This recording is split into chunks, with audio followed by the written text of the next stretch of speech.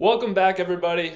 Today I've identified 5 trade for candidates who you can buy on the cheap and help win you your league. So let's get right into it.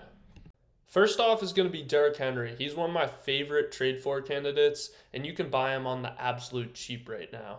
First off, Cooper Rush just hasn't been getting it done, but with Lamar likely coming back, I think he'll get a whole lot more usage, especially with the touchdown upside. Derrick Henry is a product of positive game scripts. He was never really too efficient in Tennessee when they were doing super poorly. The Baltimore Ravens have the easiest schedule coming up. They're going to be winning games. He's going to be churning out yards, and they're going to be leaning on him in the fourth quarter. Baltimore is going to be forced to score points with this defense. I mean, they have just been absolutely gashed with injuries.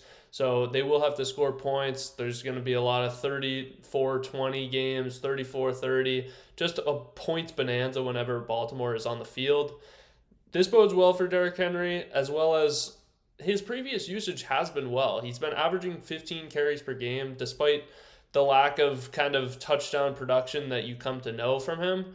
But with this fantasy schedule, I think he'll be one of the great league winners, especially with this playoff schedule ahead. As we can see in the matchups, we got the Bears, the Dolphins, the Vikings and Browns are tough matchups, but then we get the Jets, the Bengals, the Steelers. They're going to be controlling pace, and Derrick Henry is just going to absolutely dominate in the second half of games. Running backs that I have below him, shockingly, I would put Ashton Jeanty still below him. With this Raiders offense and Geno Smith potentially getting benched, I wouldn't have too much confidence in him, as well as Kyren and Bucky.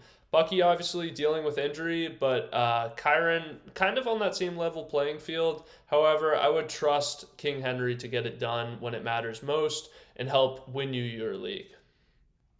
Next up is another running back here. We got Woody Marks of the Houston Texans. I know he left a lot of you guys disappointed in week 5 after you finally got to start him, and then he laid an absolute goose egg with 7 carries, but I wouldn't make too much of this. He's been garnering lots of praise from coaches, especially his head coach, D'Amico Ryans. And especially after this bye week, you love to see rookies get a whole lot more usage. So now is the perfect time to buy Woody Marks. This team loves him, and he does profile as a big body back that can handle 15, 20 touches a game as this team tries to transition away from Nick Chubb. His snap count has increased week after week, and don't let week 5 fool you. That was just kind of a blowout win where they got touches to Dameon Pierce and other running backs who had never sniffed the field. So I think the efficiency of Woody Marks will play its way into a bell cow used running back. And some running backs that I have below him rest of season would be Kamani Vidal, one of my favorite trade away candidates, with the Chargers likely to add a running back at the deadline, as well as RJ Harvey and Tony Pollard, who I think Tyjae Spears will likely spell him as the team towards the end of the year as they tailor their offense more towards the youth. So yeah, Woody Marks, great trade for candidate. And on to our next player here. We got Xavier Worthy. So Xavier Worthy, the first wide receiver I'm mentioning today, and I know what you're thinking. Why would I trade for him right when Rashee Rice gets back? Well, this is exactly the point that I'm trying to make, is that Xavier Worthy was not running the usual routes that he kind of had ran all last year. He was kind of the underneath guy with Tyquan Thornton taking the top off the defense. However, with Rashee Rice back in the offense, he'll be that middleman, getting all the kind of quick screens, quick used routes, and Worthy can go back to being a deep threat, which is extremely valuable, especially in this Chiefs offense. Now, the Chiefs have ranked number 1 so far in the league, pass rate over expected. This makes them a great offense to target all receiving options, and he does have extreme upside with Mahomes in this pass-happy offense. And even though he's been disappointing a little bit here, as we can see, 17, 11, 10 fantasy points, he still has commanded a 25% target rate for all of the routes that he's ran. And some of the wide receivers that I have below him are Quinton Johnston, still dealing with the hamstring, Stephon Diggs, and Chris Olave. And he kind of slots in as my wide receiver 22. So onto our next buy low candidate is going to be Quinshon Judkins. Standout rookie so far. I know a lot of people aren't willing to trade him now, so maybe this is kind of a buy high situation, but his schedule just gets so good. As we can see, the next 6 weeks, we got the Jets, the Patriots, the Ravens, the Raiders, the Niners defense who's banged up, the Titans. I mean, it does not get any better than this. The Browns might actually find themselves in some positive game scripts in these games.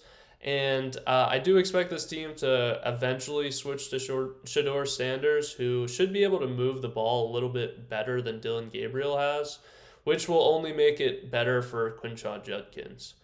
Despite all this, he's still averaging 4.8 yards per carry. He is an extremely talented running back, so I think he's a great target, willing to part ways with any of the veteran running backs that have showed promise, and especially doing a 2-for-1 deal to upgrade as Judkins to be your RB1 or RB2 in the playoff push is definitely one of my biggest recommendations. Some of the running backs I have below him, as I mentioned, these older running backs. Actually, ETN is the oldest of this bunch, but Cam Scatterbo and Javonte Williams, I still would put Judkins above them. I think he is the more talented runner, and he's getting more opportunities than they are. So I am really bullish on Quinshon Judkins and have him as a top 12 running back going forward. Into our last buy low candidate here, we got Jaylen Warren of the Pittsburgh Steelers. Just has been an extreme stud as far as value goes in drafts. I know you took him very late, and he has showcased a lot more than we thought he had. Is an extreme 3-down running back. Despite coming back from the injury, I know his snap count went down to 53%, which is not where you want it to be at, but this is likely just due to them being in such a kind of blowout game and wanting to keep him healthy and fresh, especially into a short week Thursday night football game. So I would expect him to get right back to that bell cow usage when healthy.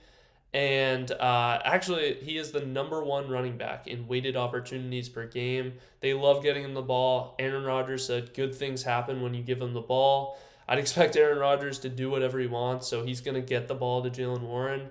And some of the running backs that I have below him are Corey Krosky-Merritt, Dobbins, and Kamara.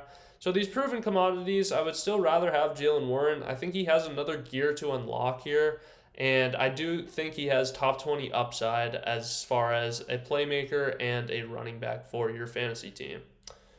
That is going to do it for everyone. Thank you so much for tuning in. These were some of my favorite trade candidates that you can kind of make for the playoff push, or maybe you're already in the playoffs trying to make that extra push to be a title favorite for your league. Thank you for watching, and please subscribe if you can. Thank you.